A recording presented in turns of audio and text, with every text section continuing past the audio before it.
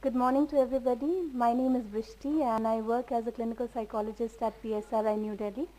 I would speak on a comparative study which I have done on HIV and cancer patients in the parameters of anxiety and depression. In the recent past, a lot of studies have done and focused on HIV and mental health, cancer and mental health.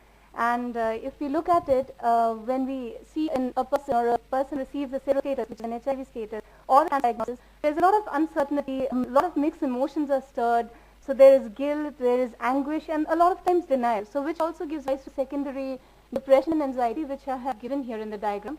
Similarly is the case with cancer. So I've just quoted a study each so that I don't crowd the entire slide with it.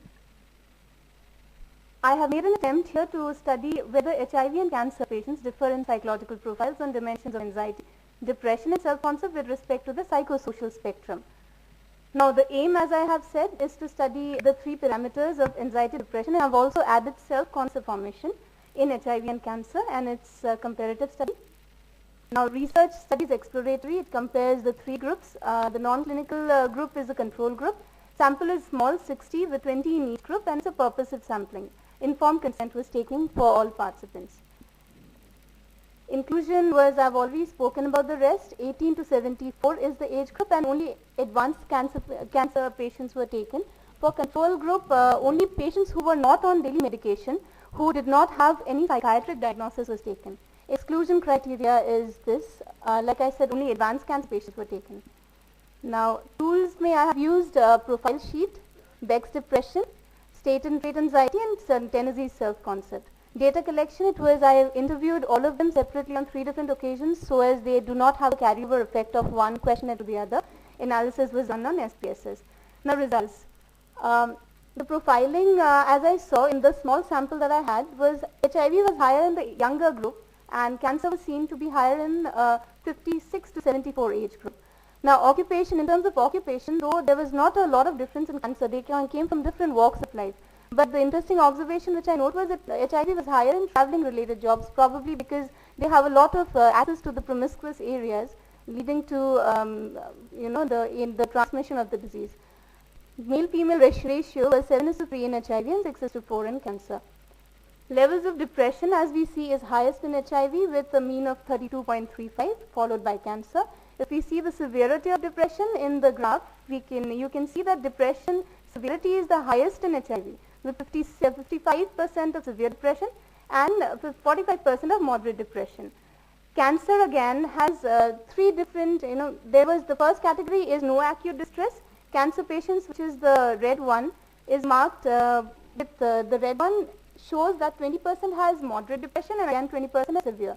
Though the non-clinical population, there was no psychiatric patients, I have also got somebody which constitutes the last 5% of severe depression who had suicidal ideations and who had excessive guilt, so which also constitutes the 5% in the severe depression category. Total level of anxiety in terms of STAT is again highest in HIV as compared to cancer, which is again closely followed by cancer. Anxiety is highly significant in HIV patients, which is 65% of the blue bar that you see here. Cancer again in the middle, mostly I would say it's the moderate category because as I've already mentioned, I have taken only advanced cancer stage. So probably by the time they get into the advanced phase, they know what are the complications which are involved. They know the apprehensions which are realistic in nature. They know they have already dealt with the disease. So the apprehensions are a lot realistic. So anxiety by then probably is a lesser. So coming to state anxiety. State anxiety again, if you look at it, there is no above average category.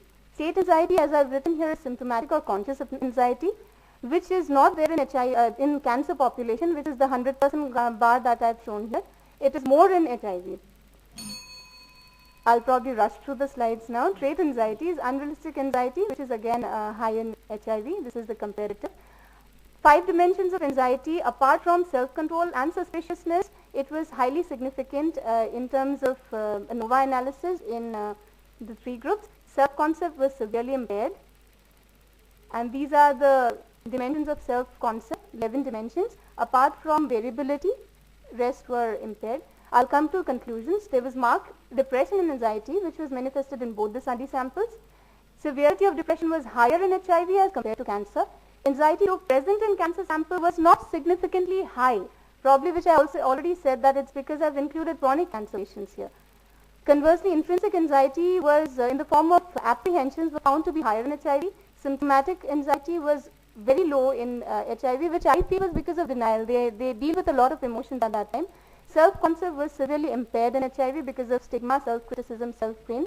This is something which I have noted that depressive anxiety symptom was established as central characteristics. These are the symptoms which manifest in depressive anxiety. Implications, I would say that the study, though small, I'll just cut through, sir. The study, though small, could be used in psychosocial interventions, while we focus more on anxiety and guilt proneness, which is very high in HIV, while focusing more on cancer. This probably could be used in study implications, and this is the limitation of my study. Here I come to an end. There is a lot of room for further research. Thank you, sir. Thank you very much.